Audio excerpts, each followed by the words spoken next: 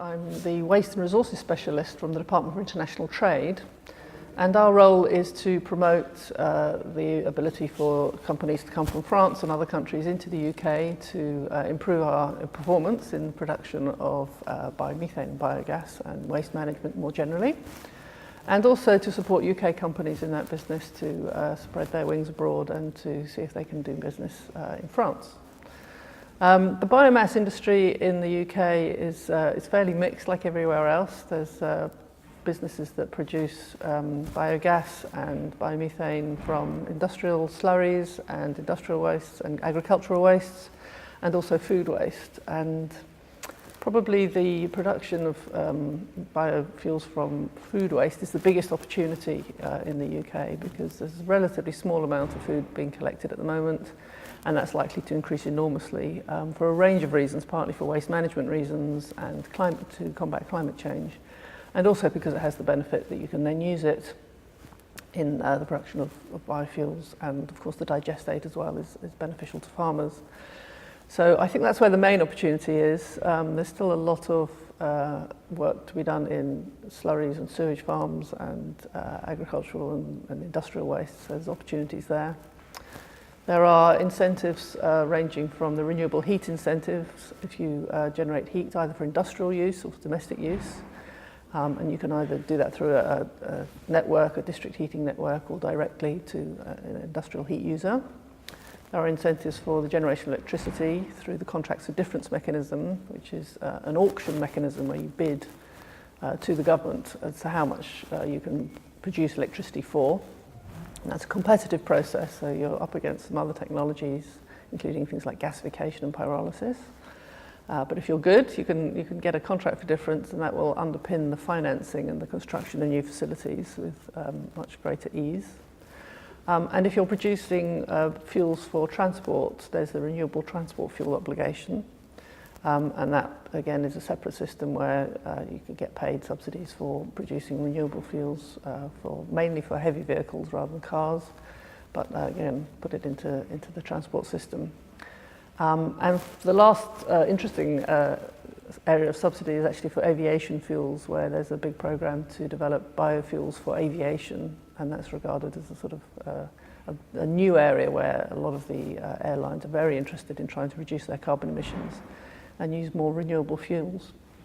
So there's a lot of opportunities in the UK, and like in the rest of Europe, I think it's a growing area.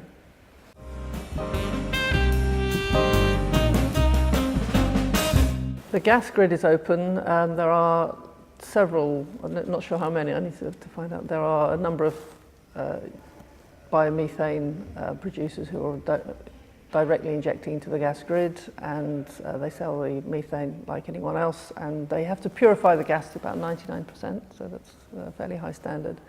But that's a fairly standard way of using up the methane, yeah.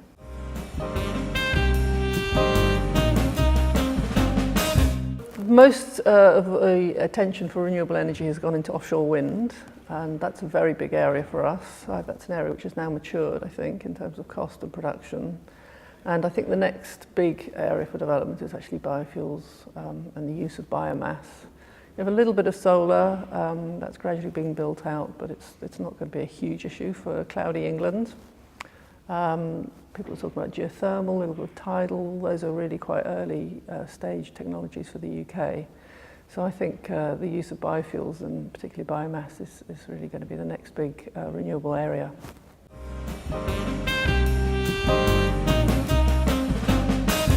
I think the renewable heat incentive is the main incentive at the moment. It's very stable, very long term, and heat is a big user of energy in the UK, and I think the renewable heat incentive shows that there's a lot of capacity for new facilities coming on stream.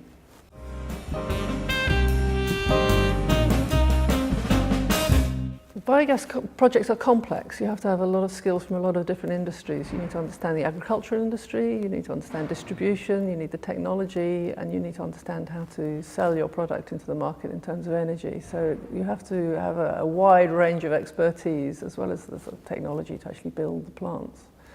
With a little bit of imagination, these projects can come forward, but you need a wide range of skills, and you also need to be able to fund them and finance them. So you've got to have a finger in a lot of pies.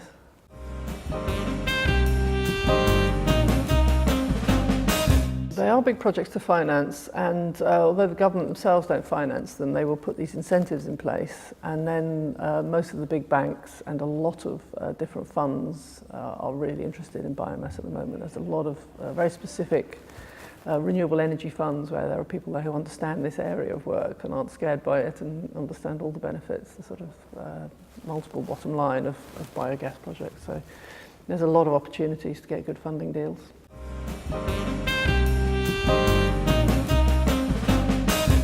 Our targets, I think, are to reduce greenhouse gases by 85% by 2050, and that was in the Climate Change Act of 2008, which is actually the first climate change act in the world, and it's quite an old one now.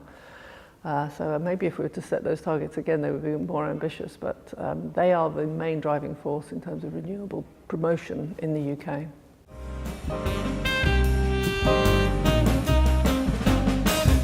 The use of biomass for heat is complex. For industrial heat, that's coming through fairly well. For district heating schemes for housing, very complicated. And actually we're looking to colleagues in Europe to support us in the development of district heating networks, because the contractual issues in terms of engaging householders into buying into CHP schemes, district heating schemes, are very complex. They're just not used to it. There's a big cultural shift that needs to happen.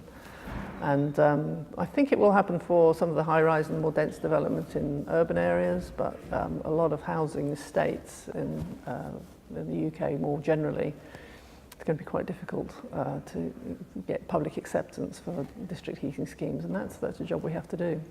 I suppose it's worth noting that there are a number of support organisations in the UK. There's the Renewable Energy Association and the Anaerobic Digestion and Biogas Association, both of which are good sources of information into how to develop projects and how it works in the UK.